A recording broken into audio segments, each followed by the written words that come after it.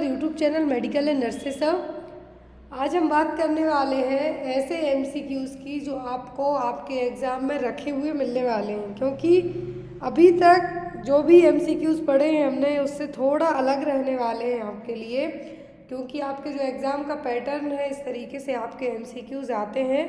तो यहाँ पर आपको उसी तरीके के क्वेश्चंस को ऐड किया गया है। अभी अपकमिंग टाइम में अलग अलग जगह एग्ज़ाम होने वाले हैं, अलग अलग जगह वैकेंसीज आ रही हैं, तो आप लोग वो नोटिफिकेशन तो चेक करते ही रहते हैं। बट जो भी क्लासेस चल रही हैं, और मैं हर बार आपसे यही कहती हूँ, आपको जहाँ से जो भी क्वेश्चंस मिले, आपको लगता है कि आएंगे, जितने भी जो भी प्लेटफॉर्म से आपको मिलते हैं आप सभी पढ़िए। ज़रूरी नहीं है कि आप बुक बस पढ़ रहे हैं तो आपको कवर हो जाएगा, उसमें बुक से आपका कवर होता है, बट जो आपको ऑनलाइन प्लेटफॉर्म से जो भी चीज़ें अवेलेबल होती हैं उनमें आपको नया अपडेट चीज़ें हैं जो अवेलेबल हो जाती हैं, तो प्लीज़ आप लोग उनको भी देखते रहा कीजिए।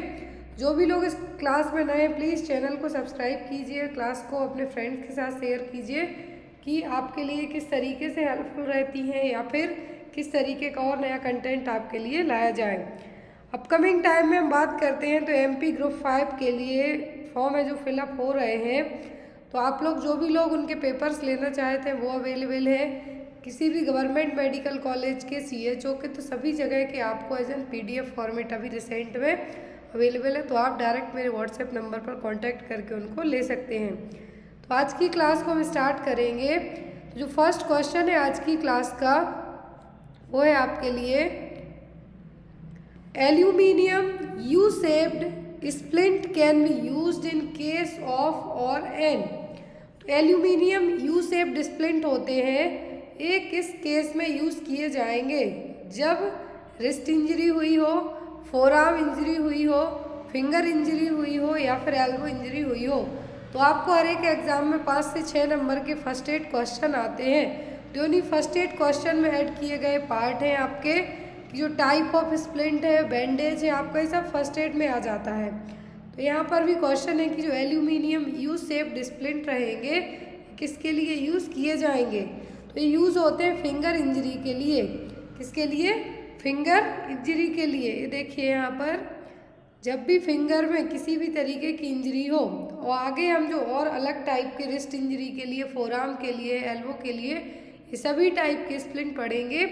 बट जो एल्यूमिनियम यू शेप्ड, यदि आपको यहाँ पर एग्ज़ाम में स्प्लिंट आ जाए तो क्या है? एल्यूमिनियम यू शेप्ड स्प्लिंट है। इसका यूज़ फिंगर में इंजरी होती है उस टाइम पे इसको यूज़ किया जाता है। क्लियर? आपको इमेज बेस्ड में भी आ सकता है, या तो इसकी इमेज दी जा सकती है कि ये है क्या, तो ये aluminium U shaped splint. Next one है यहाँ पर यू शेप क्यों? क्योंकि यहाँ पे आपको इमेज में तो ऐसा दिख रहा है, लेकिन जब इसको फिंगर इंजरी हुई है आपको तब यूज़ किया जाएगा तो इसको टर्न करके, एल्यूमिनियम में इजीली फोल्ड भी हो जाएगा, तो यहाँ पर इसको टर्न करके आपको लगाया जाएगा। तो जब इसका शेप बनेगा तो ये कैसा बनेगा? यू शेप का। इसीलिए इस स्प्लिंट को क्या कहा गया है? Aluminium U shaped splint. Next one is which type of bandage is the least versatile of the 3 conventional bandage and provides compression. It can be used to immobilize or support knee and elbow joint. तो यहाँ पर कौन सी type की bandage है जो कि बहुत ही कम versatile है? वर्सटाइल का मतलब है चेंजेबल है, बहुत ही कम क्या है? लीस्ट वर्सटाइल है। और 3 कन्वेंशनल बैंडेज होती हैं, उसके अकॉर्डिंग कंप्रेशन भी प्रोवाइड कराएगा, सपोर्ट भी करेगा और इमोबिलाइज का करने का भी काम करेगा। इमोबिलाइज का मतलब है कि कोई भी पार्ट है और इसको मेनली यूज़ किया जाता है एल्बो और नी जॉइंट के यहाँ पर। तो ये कौन सी बैंडेज कहलाएगी? Triangular bandage, roller bandage, circular bandage या फिर ट्यूबुलर बैंडेज? कौन सी बैंडेज होगी जो कि लीस्ट वर्सेटाइल है, इमोबिलाइजेशन का काम करेगी, सपोर्ट का काम करेगी? मेनली इसको नी और एल्बो में यूज़ किया जाता है, नी और एल्बो जॉइंट्स में इसको यूज़ किया जाता है। तो ये कंप्रेशन के साथ साथ 3 काम कर रही है, सपोर्ट भी कर रही है, इमोबिलाइजेशन को भी कर रही है, मतलब जो पार्ट है हिलने डुलने को भी रोक रही है, इमोबिलाइजेशन करती है, कंप्रेशन भी प्रोवाइड करती है। तो ये कौन सी बैंडेज है? ये ट्यूबुलर बैंडेज।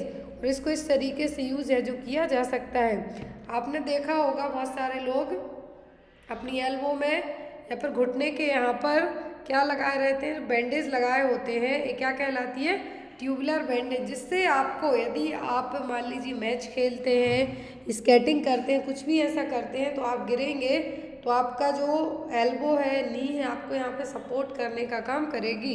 तो ये क्या कहलाएगी, ट्यूबुलर बैंडेज। ट्रायंगुलर बैंडेज वो होती है जो कि 3 शेप में रहेगी। जनरली इसको यूज़ किया जाता है जब या तो हाथ में फ्रैक्चर हुआ हो तो आप अपने हाथ को हिलाएं डुलाएं ना, इसके लिए मेनली यूज़ की जाती है। Next one is the which of the following option is not a first aid measure for bleeding. यदि किसी को ब्लीडिंग हो रही है तो कौन सा जो फर्स्ट एड के तौर पर अपनाया नहीं जाएगा, not a first aid measure. यहाँ पर है कि फर्स्ट एड मेजर कौन सा नहीं है यदि किसी को ब्लीडिंग होती है तो removal of foreign particles trapped in the wound, direct compression of bleeding wound, keeping the patient in a position of complete rest, elevating the injured area. तो ब्लीडिंग जब आपको रोकनी है, स्टॉप करनी है, तो फर्स्ट प्रायोरिटी होती है कि जहाँ से भी ब्लीडिंग हो रही है उस एरिया को आप क्या करें, कंप्रेशन, डायरेक्ट कंप्रेशन करके ब्लीडिंग को रोकने का काम करें। उसके लिए आप स्टेराइल गॉज अपना सकते हैं, कपड़ा ले सकते हैं स्टेराइल। फिर यहाँ पर पर्सन को आप ऐसी पोजीशन दें जिसमें पर्सन कंफर्टेबल हो, इंजर्ड एरिया को एलिवेट करके रखें। लेकिन यहाँ पर कभी भी आपको जब भी किसी को ब्लीडिंग हो रही है, मान लीजिए आपको किसी ने चाकू लगा लिया और वो चाकू आपके टमी में मारा, या फिर आप बहुत सारी सीरीज़ वगैरह सीरियल देखते हैं तो उसमें मान लीजिए किसी ने किसी को कुछ मारा, तो आप वहाँ पर उसको अपने हाथ से निकालने का काम ना करें। आप उसके लिए क्या करें, बाहर निकालने का काम ना करें उस चीज़ को। जो भी चीज़ वुंड में ट्रैप हुई है, फंसी हुई है, वो काम डॉक्टर करेंगे। आपका काम होगा कि ब्लीडिंग को आप किस तरीके से रोक सकते हैं, लेकिन आपको जो पार्टिकल या फिर जो भी आइटम फंसा हुआ है उसको बाहर निकालने का काम नहीं करना है। तो यहाँ पर भी वही है कि not a first aid measure, तो वो अगर removal of foreign particles trapped in the wound, जो भी चीज़ फंसी हुई है वुंड में, घाव में, वो आपको निकालने का काम नहीं करना है। बाकी आप ब्लीडिंग को प्रिवेंट करने के लिए कंप्रेशन कर सकते हैं। बैंडेज आपको इस तरीके से करना है कि ब्लीडिंग डायरेक्ट प्रेशर के साथ, यदि यहाँ पर आपको पूछते हैं फ्रैक्चर के साथ ब्लीडिंग है तो पहले आप ब्लीडिंग स्टॉप करें, फिर इमोबिलाइजेशन करें, इंजर्ड एरिया को एलिवेट करके रखें। Next one is the Curling's ulcer is massively burn patient occur in which of the following area. तो कर्लिंग अल्सर देखने को मिलेगा, जो पर्सन बहुत ज़्यादा जला हुआ है उसमें कर्लिंग अल्सर होगा। किस पार्ट में होगा, स्टमक में होगा, ओरल म्यूकोसा में होगा, ईसोफेगस में होगा, फिर ड्यूडेनम में होगा। तो जो कर्लिंग अल्सर है ये या तो बर्न पेशेंट में देखने को मिलेगा, या फिर किसी पर्सन को कुछ शॉक लगा है तो उसको देखने को मिलेगा। तो ये किस एरिया में होता है, मेनली ये होता है ड्यूडेनम में। कहाँ पर, ड्यूडेनम में। कर्लिंग अल्सर को स्ट्रेस अल्सर के नाम से भी जाना जाता है। या तो ट्रॉमा के कारण हो सकता है, या फिर शॉक के कारण हो सकता है, या फिर किसी इंजरी के कारण, सर्जरी के कारण हो सकता है। लेकिन जब यदि यही दिमाग को अफेक्ट करे आपके, या फिर वाइल रिफ्लेक्स को अफेक्ट करने का काम करता है, तब ये अल्सर होंगे। ऐसा नहीं कि डायरेक्ट आपको अल्सर हो जाएंगे। यदि ये अल्सर, यहाँ पर आपको ऑप्शन में कहा है कर्लिंग अल्सर, कर्लिंग अल्सर किसको अफेक्ट करेगा, आपके ड्यूडेनम एरिया को, जो कि किसी इंजरी के कारण हो सकता है, सर्जरी के कारण हो सकता है, शॉक के कारण हो सकता है, बर्न के कारण हो सकता है। यदि पर्सन बहुत ज़्यादा जला हुआ है तो हो सकता है।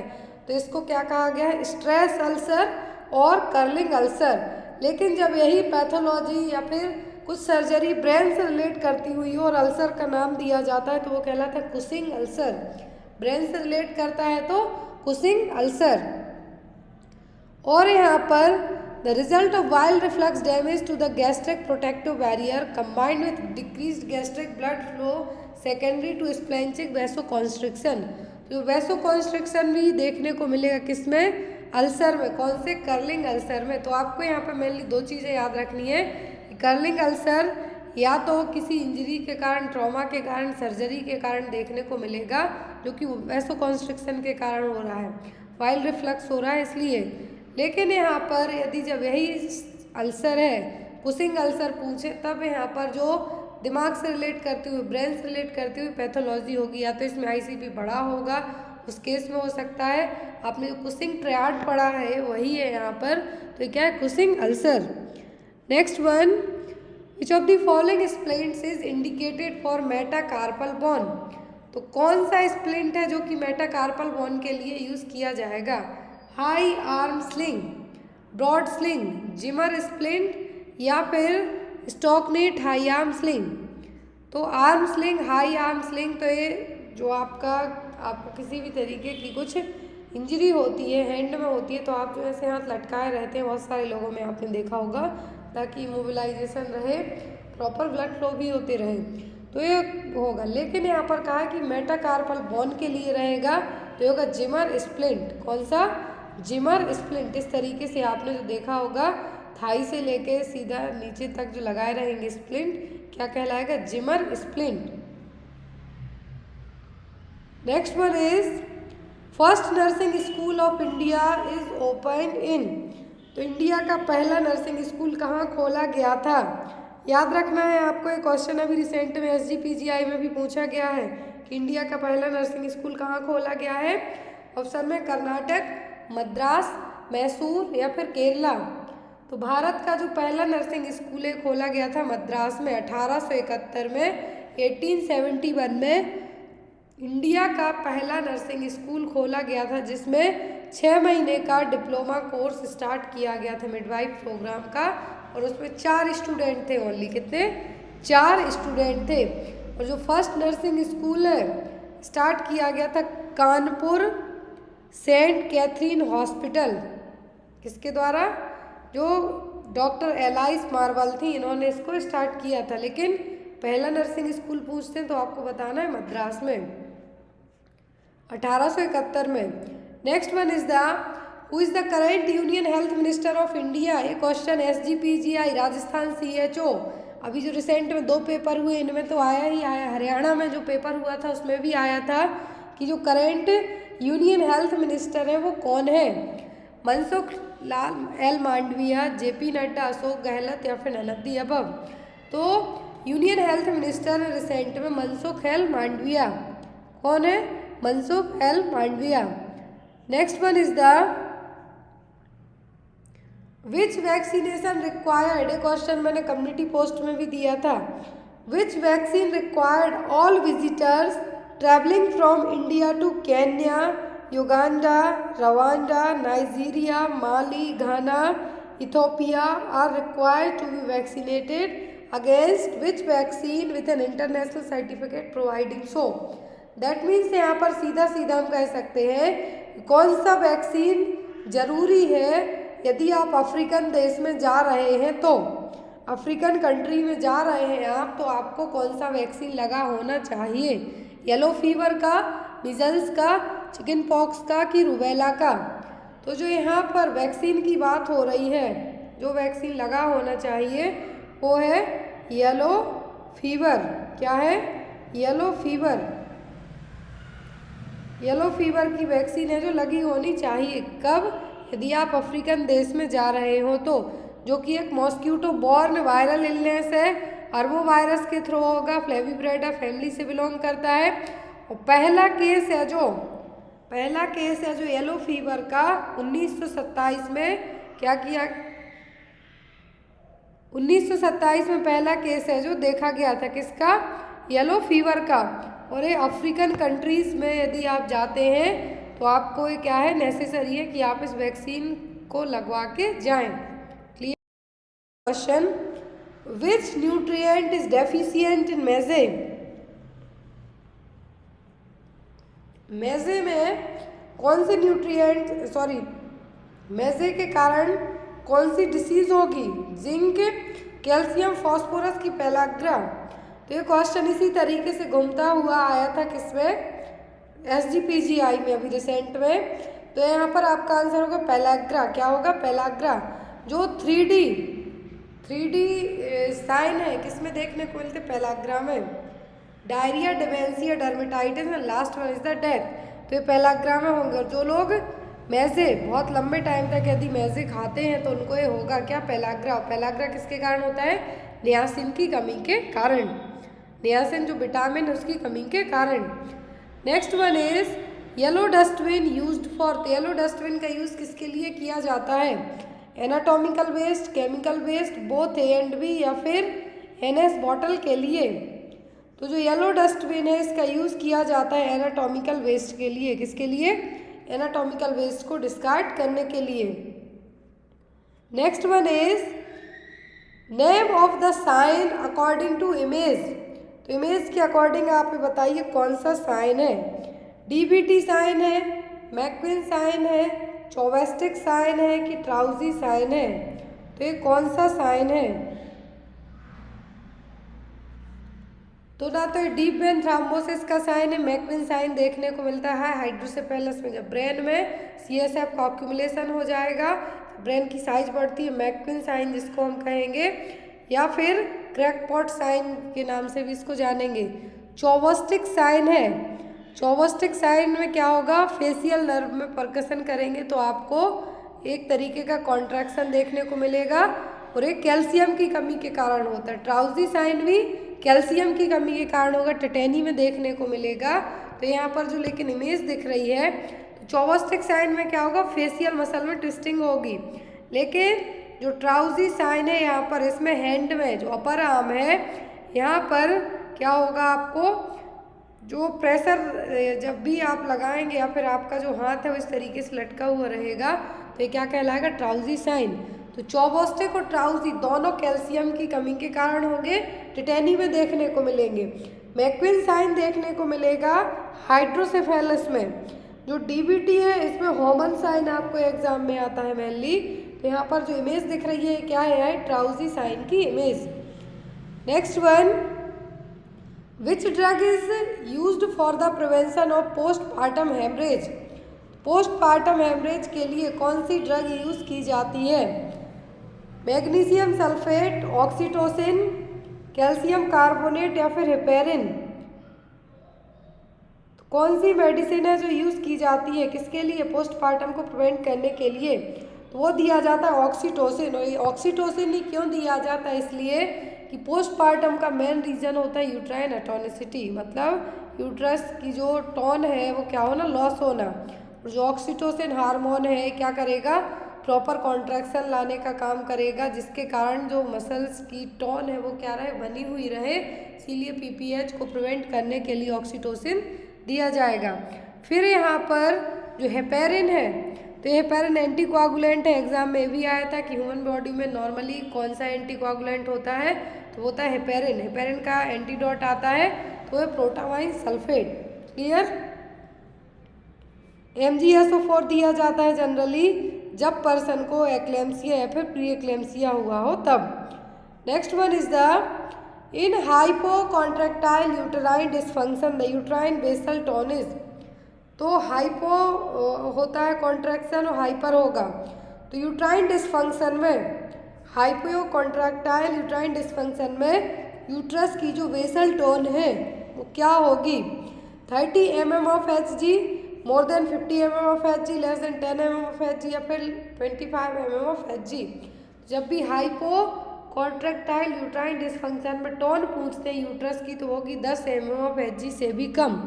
जो नॉर्मल टोन होती है, बेसल टोन होती है, वो कितनी होती है? 5 से 20 mm ऑफ Hg। लेकिन जब पीक प्रेशर पे जाएगी, मतलब हाई तक पहुंचेगी, तब होगी 60 mm ऑफ Hg के आसपास।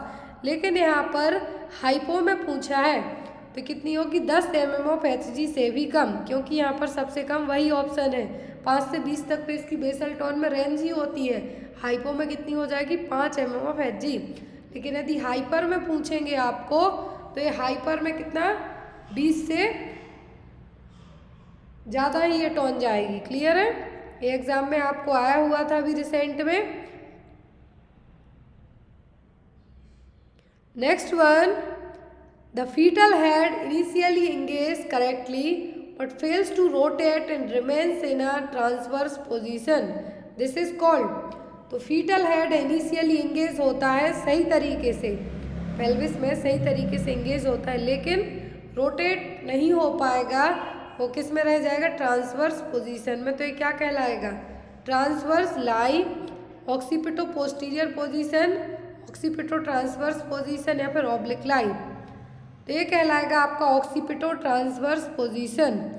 यहाँ पर इंगेजमेंट हुआ लेकिन रोटेशन होने में फेल हो गया जो फीटस, जो कि सीधा ट्रांसवर्स पोजीशन में ही रह जाएगा।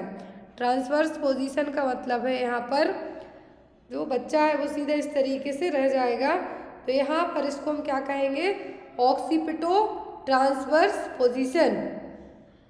अब या तो राइट ऑक्सीपिटो हो सकता है या फिर लेफ्ट ऑक्सीपिटो हो सकता है, डिपेंड करता है रोटेशन पर। Next one is what is the main intervention of a nurse during the second stage of labour.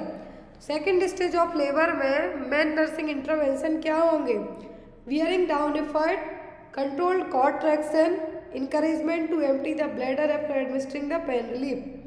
तो यहाँ पर सेकेंड स्टेज ऑफ लेबर में जो आपका फर्स्ट नर्सिंग एक्शन होगा, सेकेंड स्टेज में होता क्या है, बेबी बाहर आता है उस टाइम पर उसके पहले जो फर्स्ट स्टेज होती है उसमें 10 सेंटीमीटर सर्विक्स डायलेट होगी।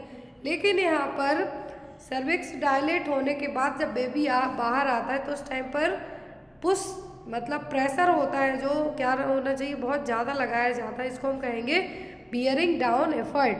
क्या हो गया, बियरिंग डाउन एफर्ट। और ये आपका मेन इंटरवेंशन रहेगा एज अ नर्स। तो हम क्या कहेंगे, bearing down effort. Cord traction हम थर्ड स्टेज ऑफ लेबर में क्या करेंगे, मैनेज करने का काम करेंगे। नेक्स्ट वन है यहाँ पर haemorrhage in pregnancy that occurs due to the presence of any scar or scar tissue in the uterus which damage the endometrium, it is called। तो प्रेगनेंसी में जब ब्लीडिंग होती है जो या तो यूट्रस में कोई स्कार है या फिर यूट्रस के जो टिश्यूज़ है वहाँ पर स्कार है उसके कारण होगा, जिसके कारण एंडोमेट्रियम क्या हो रही है, डैमेज हो रही है। जो यूट्रस लाइनिंग है क्या हो रही है, डैमेज हो रही है। तो हम इसको क्या कहें, incompetent cervix, septate uterus, bicornuate uterus या फिर असरमेन सिंड्रोम।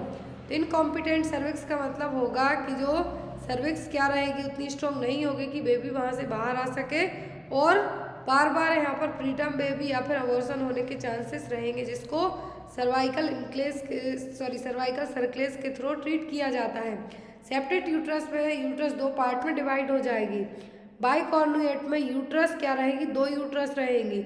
एसरमन सिंड्रोम का मतलब होगा कि किसी स्कार या फिर स्कार टिश्यू की प्रेजेंस के कारण एंडोमेट्रियम डैमेज होती है, एंडोमेट्रियम को नुकसान पहुंच रहा है, उस सिचुएशन क्या कहलाएगी, Asherman syndrome. Next one is the where does the implantation occurs. तो इम्प्लांटेशन कहाँ पर होता है, फैलोपियन ट्यूब में, एम्पुला में, ओवरीज में कि यूट्रस में। तो इम्प्लांटेशन होता है यूट्रस में। कहाँ पर, यूट्रस में। एग रिलीज करेगी ओवरी और जो फर्टिलाइजेशन होगा वो होगा फैलोपियन ट्यूब में। याद रखना है, फर्टिलाइजेशन पूछे तो फैलोपियन ट्यूब, इम्प्लांटेशन पूछे तो uterus. Next one is the what is the rate of involution of primi mothers with normal vaginal delivery. Involution का मतलब है कि यूट्रस का वापस से अपनी नॉर्मल शेप एंड साइज में रिवर्ट होना, वापस होना। तो जो नॉर्मल वेजाइनल डिलीवरी के बाद प्रीमी मदर्स हैं, प्रीमी का मतलब जिसकी पहली बार डिलीवरी हुई है, तो यहाँ पर उन प्रीमी मदर में जो नॉर्मल वेजाइनल डिलीवरी के बाद इन्वोल्यूशन रेट क्या होगी, मतलब यूट्रस अपने वापस शेप में किस तरीके से लौटेगी।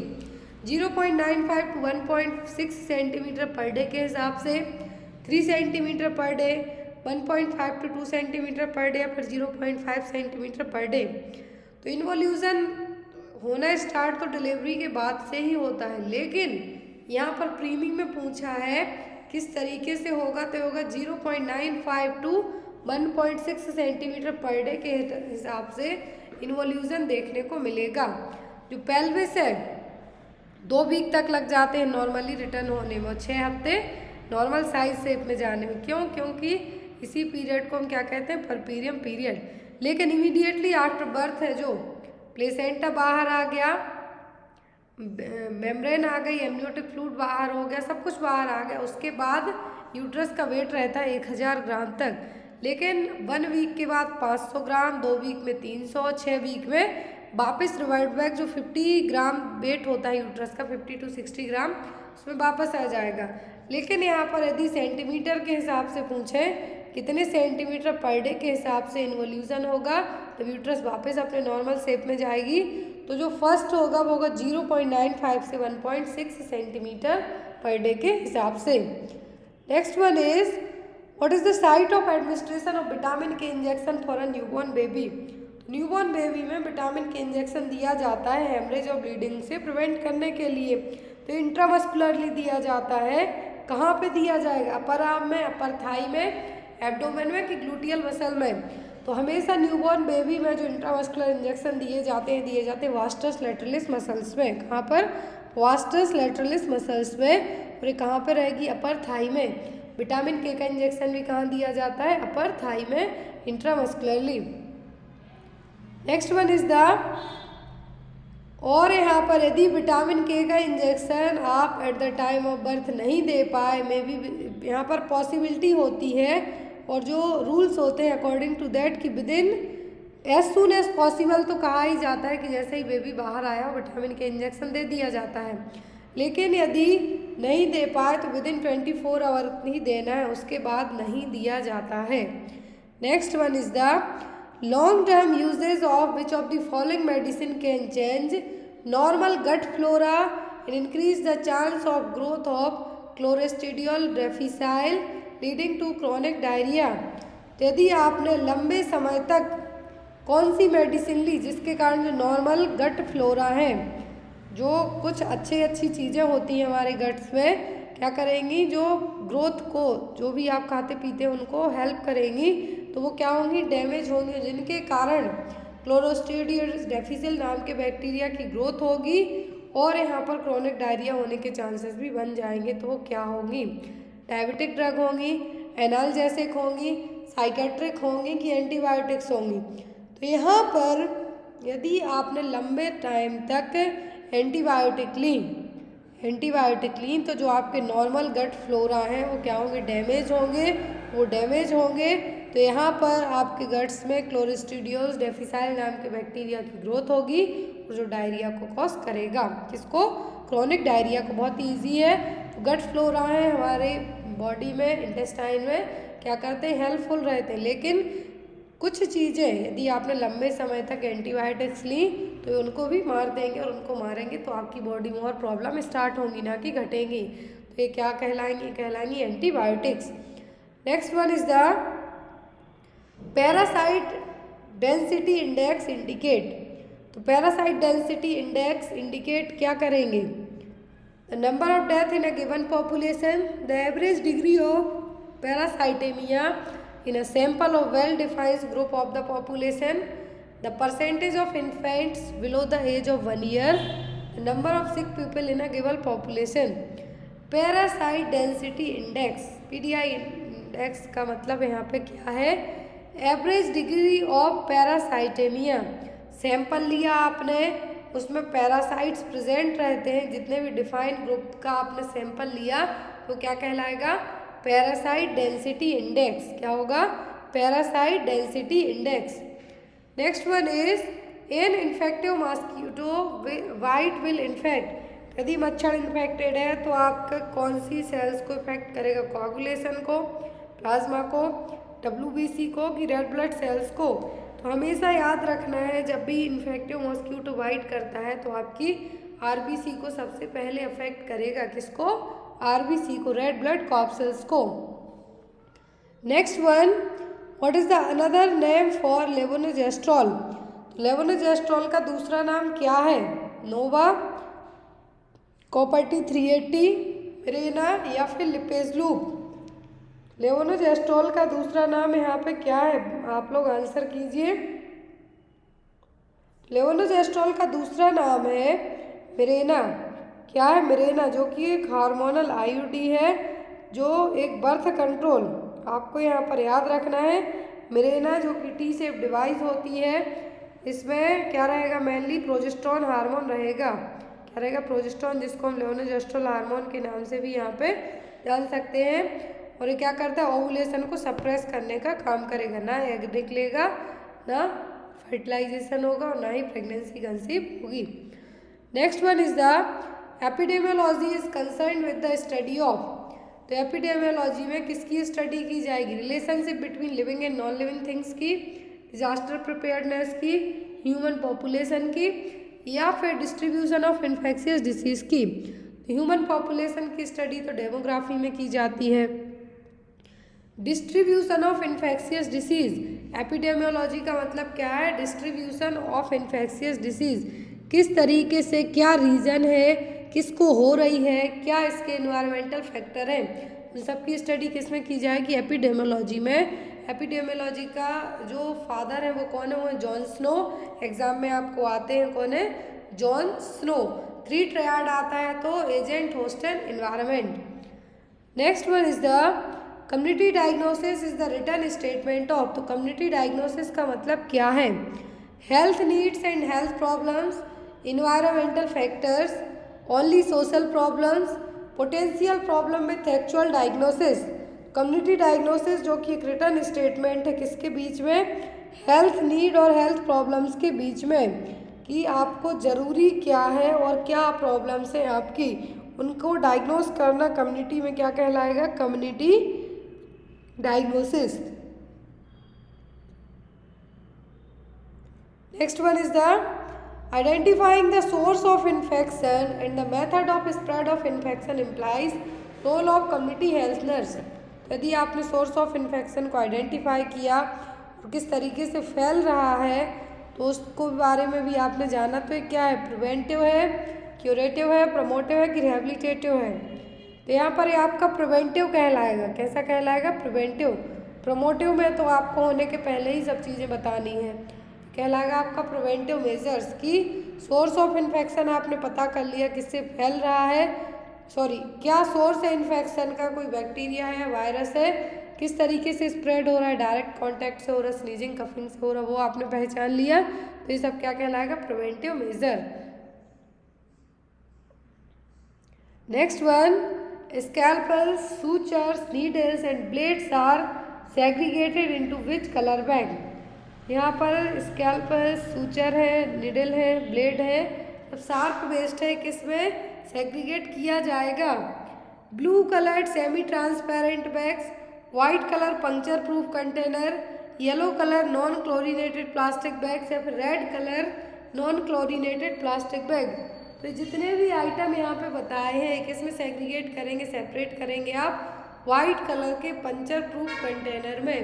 किसने? वाइट कलर के पंचर प्रूफ कंटेनर में। Next one is the patient is kept in a bay and additional precautions are taken to prevent spread of germs, this is called.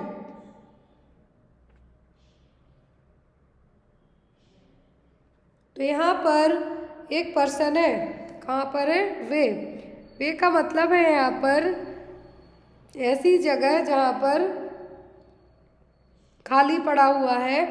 तो यहाँ पर एक किस तरीके का प्रिकॉशन अपनाया जा रहा है ताकि आप जर्म से प्रिवेंट करने से रोक सकें? आइसोलेशन नर्सिंग का, मॉड्यूलर, प्राइमरी की बैरियर नर्सिंग।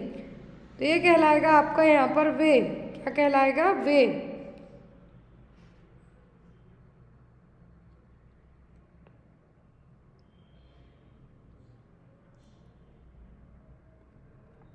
तो यहाँ पर आपके वे का मतलब क्या है कि आपको कोई ऐसी जगह से दूर रहते हैं आप जहाँ से आपको कोई भी इन्फेक्शन ना लग पाए, तो ये कहलाएगा barrier nursing. Next one, which of the following is the main purpose of chest physiotherapy? तो चेस्ट फिजियोथेरेपी क्यों की जाती है? To clear mucus from the nose, to clear blood from the lungs, to clear mucus from the lungs, या फिर to clear infected blood from vital organs like the heart and the lungs. Chest physiotherapy का main aim होता है कि जो mucus बनता कहाँ से? लंग्स से, तो उसको क्या करना? क्लियर करना। To clear mucus from the lungs. तो चेस्ट फिजियोथेरेपी का मेन पर्पस यही होता है, क्योंकि ना तो म्यूकस लंग्स से बन रहा है, नोज से तो बन नहीं रहा है, कहाँ से बन रहा है? लंग्स से। तो जहाँ से बन रहा है वहीं से इसको क्लियर करना है। Next one is the which of the following is not a function of electrolytes? तो इलेक्ट्रोलाइट्स का काम कौन सा नहीं है? Moving waste out of the cells, balancing the amount of water in the body, balancing hormone secretion, moving nutrients into the cell. तो जो electrolytes का फंक्शन नहीं है पहले तो है, तो वेस्ट को क्या करना, सेल से बाहर निकालना, बॉडी में वाटर को मेंटेन करके रखना, न्यूट्रिएंट्स से सेल्स में उनको क्या करना, इधर एक्सचेंज करना। लेकिन यहाँ पर हॉर्मोन्स का सीक्रेशन का जो बैलेंस है वो इलेक्ट्रोलाइट्स नहीं करेंगे। Balancing the hormone secretion electrolytes जो सोडियम क्लोराइड है आपकी बॉडी में उनका काम है नहीं है। Next one is the during otoscopic examination of the ear in which direction does the pinna needs to be held. तो यहाँ पर जब आप ऑटोस्कोपिक एग्जामिनेशन करते हैं कान का, तो पिन्ना को किस तरीके से पकड़ेंगे, upward backward, downward backward, pulling it downward, pulling it straight back. तो यहाँ पर डायरेक्ट यदि इस तरीके से आपको पूछते हैं तो आपको कहना है कि अपवर्ड एंड बैकवर्ड, अपवर्ड और बैकवर्ड। यदि स्पेशली बच्चे में कहें तब आपको कहना है डाउनवर्ड एंड बैकवर्ड। बच्चे में पूछते हैं तो पहले नीचे की तरफ फिर पीछे की तरफ, डाउनवर्ड बैकवर्ड। लेकिन यदि डायरेक्ट पूछे ना एडल्ट दे ना बच्चा दे, तब आपको अपवर्ड एंड बैकवर्ड को मार्क करना होगा। Next one is the while irrigating a colostomy how much of the catheter should be inserted through the stoma. तो कोलोस्टोमी इरिगेशन के टाइम पर कैथेटर को कितना इंसर्ट करना है, 3 to 4 इंच, 1 से 2 inch, 7 to 8 inch, chapter 5 to 6 inch. तो यहाँ पर कोलोस्टोमी में कैथेटर को कितना इंसर्ट करना है, 3 to 4 इंच तक। कितना, 3 to 4 inch. Next one is what is a concise method of organizing and recording data about a client and making information quickly accessible to all health professionalism। तो यहाँ पर कौन सी मेथड अपनाई जाएगी जिसमें क्लाइंट का जो डेटा है वो रिकॉर्ड भी हो, प्रॉपर तरीके से ऑर्गेनाइज हो, ताकि हेल्थ केयर प्रोफेशनल्स को समझ में भी आए। कार्डेक्स, सोपी, पोस्टकॉर्ब या फिर स्वॉट। तो यहाँ पर एक कहलाता है कार्डेक्स। क्या है, कार्डेक्स मेथड।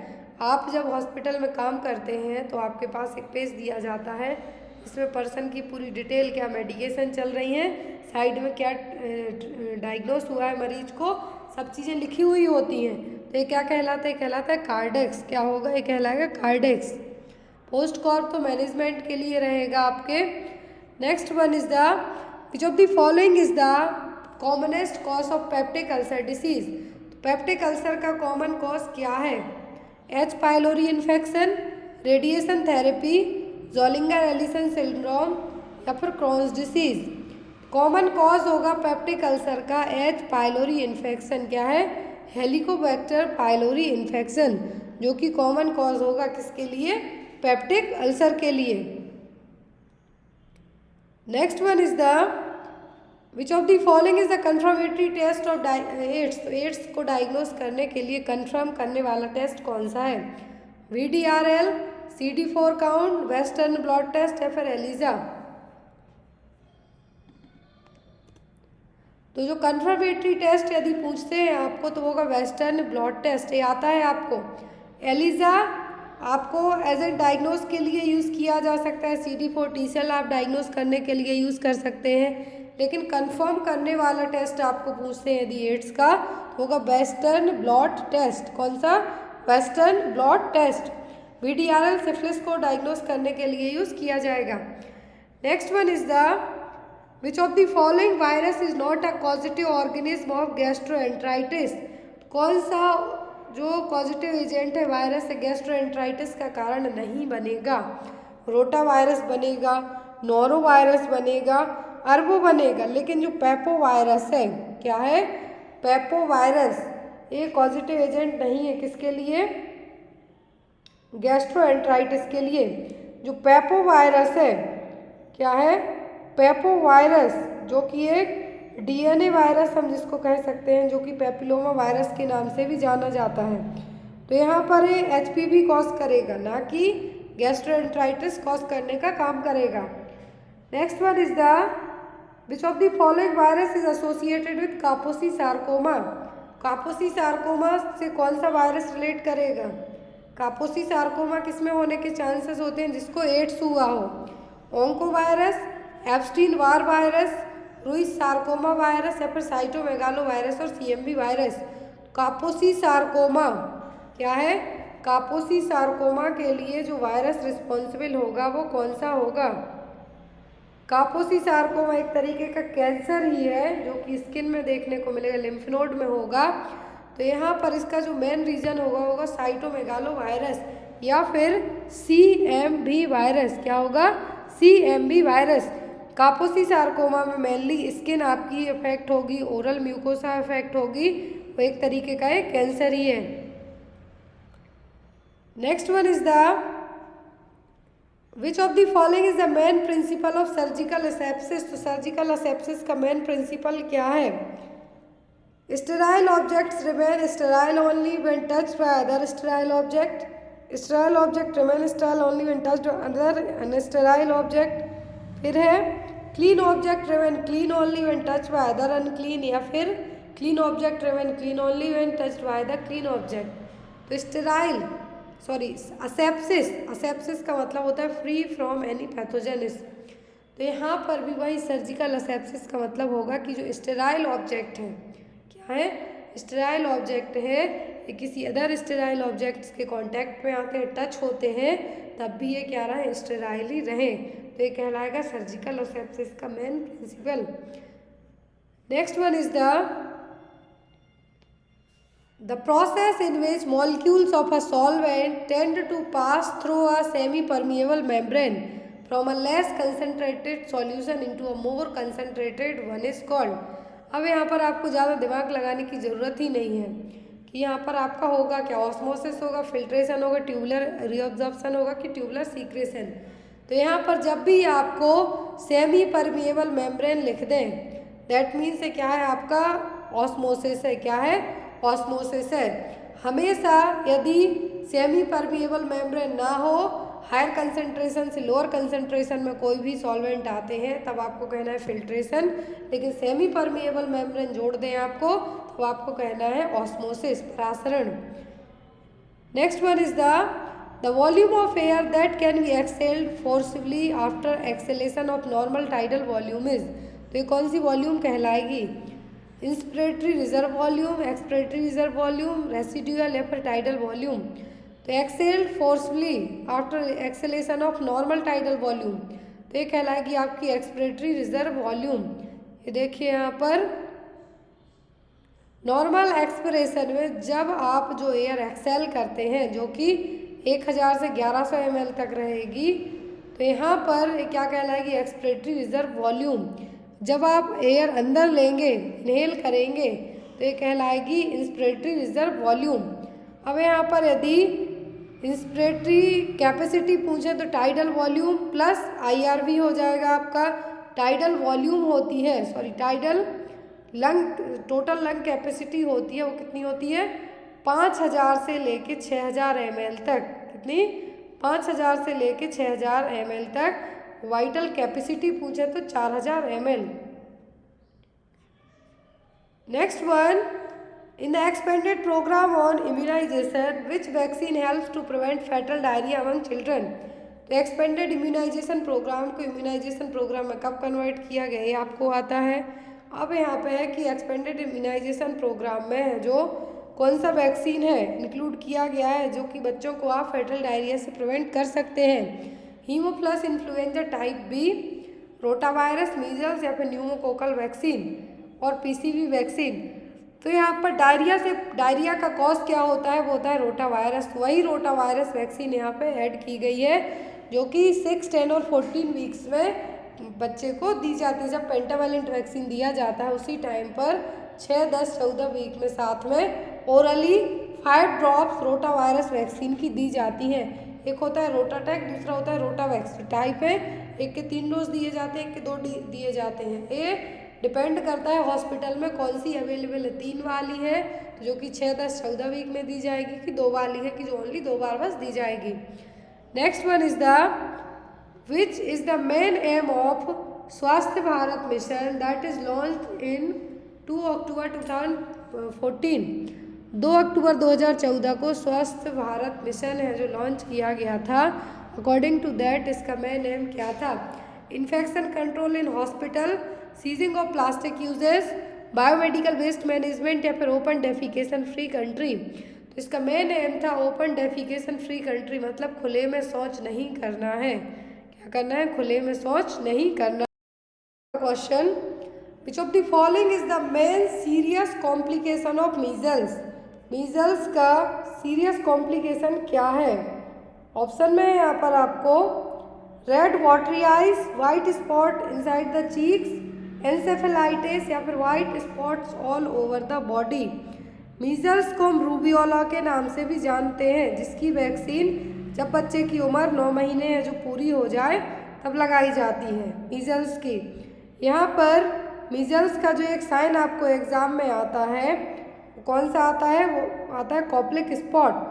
अब यहाँ पर रूबियोला और मीजल्स क्या है? रूबियोला और मीजल्स इसका सेम ही नाम है यहाँ पर। तो यहाँ पर इसके कारण बच्चे में इसका यदि हम बात करें कि बच्चे का इंक्यूबेटरी पीरियड कितना होता है तो 2 वीक तक हो सकता है, 10 से 14 दिन तक या फिर 2 वीक हम इसको कह सकते हैं। तो यहाँ पर जो इंक्यूबेशन पीरियड है ये आपको आ सकता है, कॉज आ सकता है, फिर यहाँ पर आपको जो एक सीरियस कॉम्प्लिकेशन होता है इंसेफेलाइटिस, क्या होगा? इंसेफेलाइटिस देखने को मिलेगा किसमें? बच्चे में। जो सीरियस कॉम्प्लिकेशन है एक तो रेयरली होता है, ज़रूरी नहीं कि होगा ही होगा, ये होगा इन्फ्लामेशन ऑफ ब्रेन जिसको हम कह सकते हैं। तो क्या है? इंसेफेलाइटिस। और मीजल्स के कारण होने वाला रेयर बट सीरियस कॉम्प्लिकेशन है, एग्जाम में आपको आ सकता है। मीजल्स के कारण क्या हो सकता है? इंसेफेलाइटिस होने के चांसेस हो सकते हैं। Next one is the what is the full form of vaccine DTF? DTF भी जिसको हम कह सकते हैं, तो फुल फॉर्म क्या है? Diphtheria, tuberculosis, acellular pertussis, diphtheria typhoid acellular pertussis, diphtheria tetanus poliomyelitis या फिर डिप्थीरिया टिटनस एसेल्युलर पर्ट्यूसिस। तो यहाँ पर DTP का फुल फॉर्म तो सबको पता है कि डिप्थीरिया टिटनस और पर्ट्यूसिस, क्लियर। लेकिन यहाँ पर DTF यदि आपको पूछते हैं तो इसका मतलब होगा diphtheria tetanus and acellular pertussis. ये आपको अभी रिसेंट में जो एग्ज़ाम कंडक्ट करवाया गया था राजस्थान CHO का जो पेपर हुआ था आई थिंक 19 फरवरी को, उसमें पूछा गया था DTP में D का फुल फॉर्म क्या है। ऐसे ही है कि DTF का फुल फॉर्म यहाँ पे क्या है? Diphtheria tetanus and acellular pertussis. Pertussis generally 2 साल तक के बच्चों को ही अफेक्ट करता है, इन्फेंसी पीरियड में 100 दिन की खांसी हम इसको कहेंगे, बॉर्डिटेला पर्ट्यूसिस नाम के बैक्टीरिया से होगी, clear. Next one is the during nutritional assessment bleeding gums and gingivitis indicate which vitamin deficiency. तो ये सबको पता है कि न्यूट्रिशनल असेसमेंट आपने किया, जिंजिवाइटिस है, गम्स में ब्लीडिंग हो रही है, तो ये किस विटामिन की कमी से होगी? तो ये सब चीज़ें होती हैं विटामिन C की कमी के कारण। किसके कारण? विटामिन C की कमी के कारण स्कर्वी होगा, ब्लीडिंग गम्स होगा, जिंजिवाइटिस होगा। विटामिन A से मेनली आँखों की प्रॉब्लम आपको देखने को मिलेगी, विजन, नाइट ब्लाइंडनेस होगा, रतौंधी होगी, आपको ज़ेरोप्थेल्मिया होगा। और यहाँ पर जो विटामिन D है, विटामिन D से आपको हड्डियों से रिलेट करती हुई प्रॉब्लम होगी। Next one is the lack of vitamins and minerals that are essential for body function leads to. तो विटामिन और मिनरल की कमी के कारण बॉडी फंक्शंस क्या है? डिस्टर्ब रहेंगे। तो ये क्या कहलाएंगे? अंडरवेट, वास्टिंग, माइक्रोन्यूट्रिएंट डेफिशिएंसीज की स्टंटिंग। लैक ऑफ विटामिन और मिनरल जो आपकी बॉडी को ज़रूरी है क्या कहलाएंगे? कहलाएंगे माइक्रोन्यूट्रिएंट डेफिशिएंसी। विटामिन और मिनरल्स क्या है? माइक्रोन्यूट्रिएंट्स हैं। क्या है? विटामिन और मिनरल्स माइक्रोन्यूट्रिएंट्स हैं। फैट, कार्बोहाइड्रेट, प्रोटीन ये मैक्रोन्यूट्रिएंट्स में आएंगे। तो जब विटामिन और मिनरल की कमी होगी हमारे शरीर में तो क्या कहलाएगी? Micronutrient deficiency. Next one is the Which of the following infection control precaution is important to prevent hepatitis B? तो हेपेटाइटिस बी को प्रिवेंट करने के लिए आप कौन से प्रिकॉशन लेंगे? Food borne, enteric precaution, water borne की blood and body fluid precaution, कौन से प्रिकॉशन आप अपनाएंगे? तो यहाँ पर हेपेटाइटिस बी किससे होता है? ब्लड से हो सकता है, माँ से बच्चे को ट्रांसफ़र हो सकता है, इन्फेक्टेड निडल प्रिक इंजरी से हो सकता है। तो यहाँ पर भी वही होगा कि ब्लड और जो बॉडी फ्लूइड है उनको क्या कर सकते हैं, उनके प्रिकॉशन से हम इसको प्रिवेंट कर सकते, होने से रोक सकते हैं। Next one, what is called the down syndrome, क्या है, किसको हम है जो डाउन सिंड्रोम कहेंगे। ऑप्शन में है यहाँ पर an extra copy of chromosome 21, extra copy of chromosome 18, extra copy of chromosome 19 या फिर एक्स्ट्रा कॉपी ऑफ क्रोमोसोम 23। तो यहाँ पर डाउन सिंड्रोम कहलाएगा जब एक एक्स्ट्रा कॉपी हो क्रोमोसोम किसकी, 21 की, extra copy of chromosome number 21। यदि 18 में पूछे तो 18 में ऐसी कंडीशन होगी तो एक्स्ट्रा क्रोमोसोम कौन सा होगा, 18 नंबर का। एक्स्ट्रा कॉपी ऑफ क्रोमोसोम 18 है, मतलब एडवर्ड सिंड्रोम, क्या है, एडवर्ड सिंड्रोम। 21 है तो डाउन सिंड्रोम। और यदि यहाँ पर आपको एक और एग्जाम में आता है कि जो 19 वाला है, जनरली जो 19 क्रोमोसोम, इसको एक तो आता नहीं है, इनकेस आपको आता है तो ल्यूकेमिया वाले पर्सन में क्या रहेगा, डिस्टर्ब देखने को मिलेगा। जिस पर्सन में ल्यूकेमिया है उसमें देखने को मिलेगा। और 23 वाला जनरली जो विलियम वियरन सिंड्रोम है, विलियम वियरन सिंड्रोम में 23 जो क्रोमोसोम की कॉपी एक्स्ट्रा मिलेगी। लेकिन आपको यदि एडवर्ड पूछे तो 18, ट्रायोसोमी 21 पूछे तो इसको हम डाउन सिंड्रोम कहेंगे। नेक्स्ट वन इज द, इसका आंसर आप लोग कमेंट बॉक्स में देंगे। विच of the following is not included in the WHO criteria for severe acute mall nutrition among children. तो यदि बच्चे में क्या है, सीवियर एक्यूट माल न्यूट्रिशन है तो क्या देखने को नहीं मिलेगा, presence of bipedal oedema, body mass index below 18, weight for height index below 3SD, फिर विजिबल सीवियर वास्टिंग। इसका आंसर आप लोग कमेंट बॉक्स में देना, जो कल आपकी नेक्स्ट क्लास होगी उसमें इसका आंसर आपको दिया जाएगा। Thank you for watching us, bye bye, take